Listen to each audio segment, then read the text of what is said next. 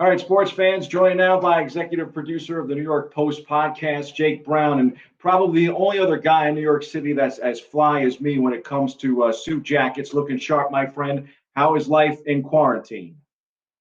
Well, the only chance I've got to wear this jacket is on Instagram Live, essentially, because I ordered it the last night of reality, and it came in the mail like a week into the quarantine. So I've had nowhere to wear it. So I'm like, why not rock it now with you?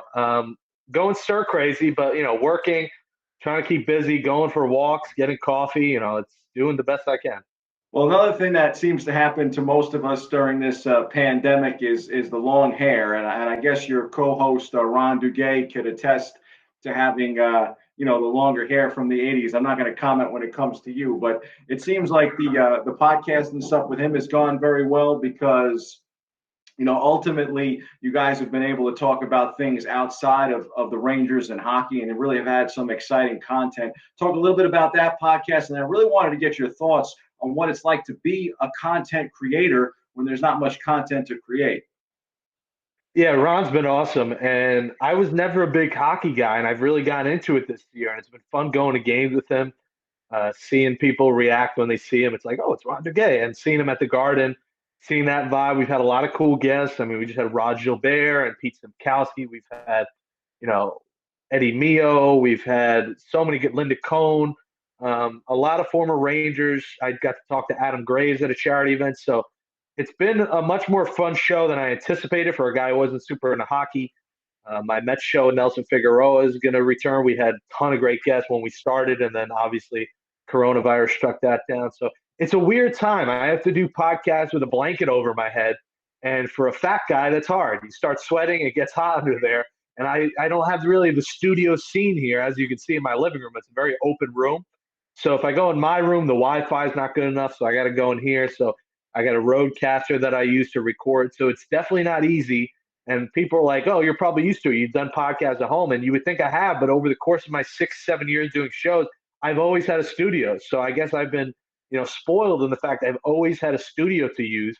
And now I've really had to figure out how to make this work and doing more Instagram lives and trying to connect with people to make sure they realize we are still working and there are still some forms of entertainment that you can get.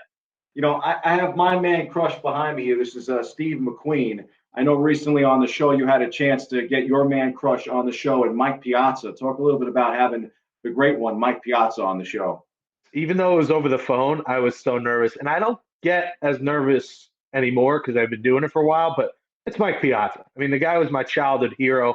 I met him once right after I graduated, and I said to him, you made my childhood legendary. And now, 5, 6 years later, here I am talking to him on a pretty big network with the New York Post. And that was awesome. So I've got to talk to him, Steven Matz. We had Edgardo Alfonso, who was one of my favorite players as a kid. We're going to have Hank Azaria at some point coming up. A big Met fan, talk Brockmeyer. We're going to have Terry Collins is expected to come on at some point. So there's going to be a lot of big time guests. And Figgy, having doing the show with Figgy has allowed me to have big time guests because people know him and he's got contacts. I use my contacts. I actually booked Piazza, funny enough, that it wasn't Figgy. So I'm going to show off that I booked Mike.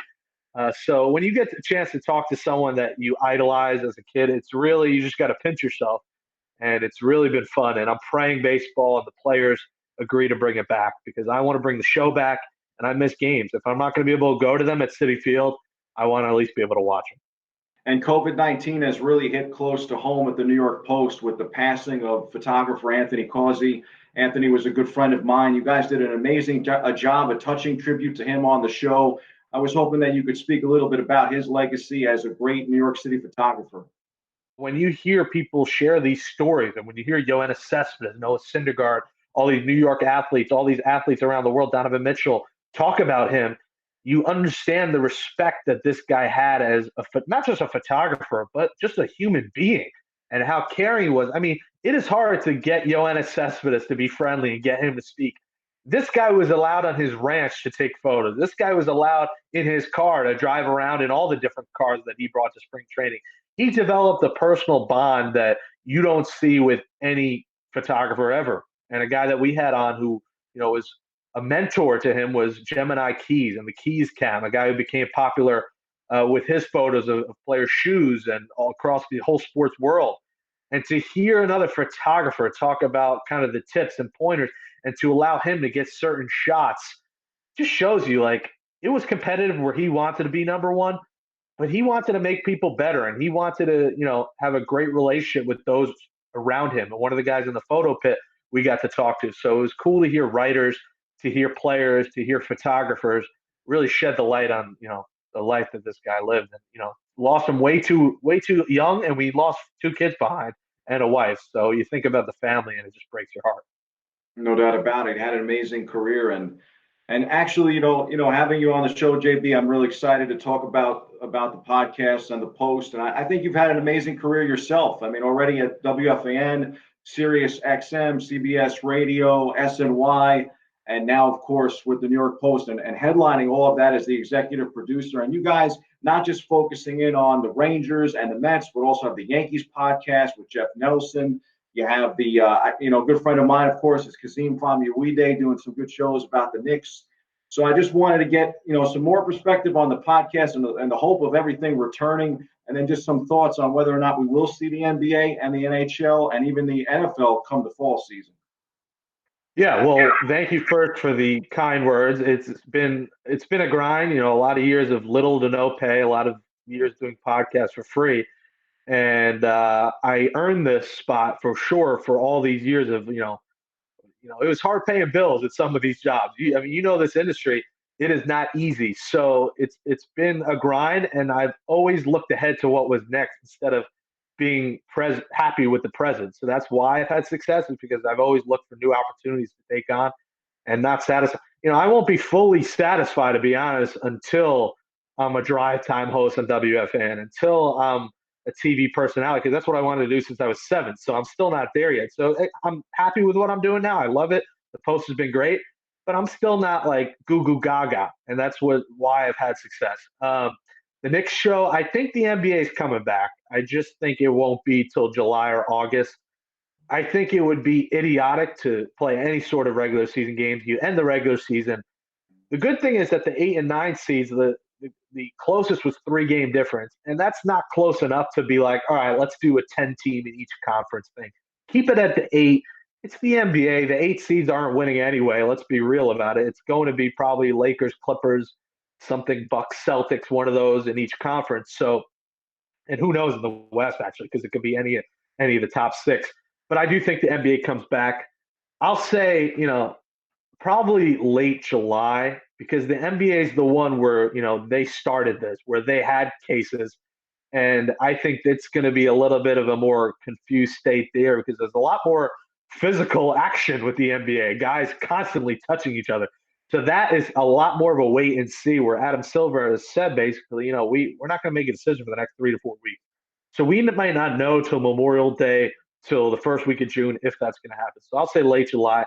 I do think baseball is going to come to their senses, and I do think baseball will return regular season first week of July. And then hockey's probably going to be late too. I think hockey's going to follow the NBA suit and is going to be a late July, early August. And football is the cash cow. So I think football's still going to happen in September. I think it's nonsensical. It doesn't make a ton of sense to even play preseason games. If you do play 2, I think this is the year to cut that down. But I do think football will probably go on as scheduled in September. Well, JB, I can't wait to see your flashy suits in person in press boxes, of course, here in New York City, man. I miss you. It's been a while. I think it's been the last time we saw each other was at the Munson dinner in February. I don't know if our suit jackets were responsible for this pandemic, but ever since, things have been upside down. I don't know. Don't be fooled. This was $60 on Amazon, and I have another one that looks similar except shinier. But I'll be glad to get back to normal life, man, and hope you and your family stay safe. And let's get back to sports pretty soon, because I'm dying here. There's only so much salmon and brown rice I could cook at home. I need reality back. Totally agree. Great having you on the show, and excited to listen to some more on the post. I really appreciate the time. Thanks, man. Appreciate it.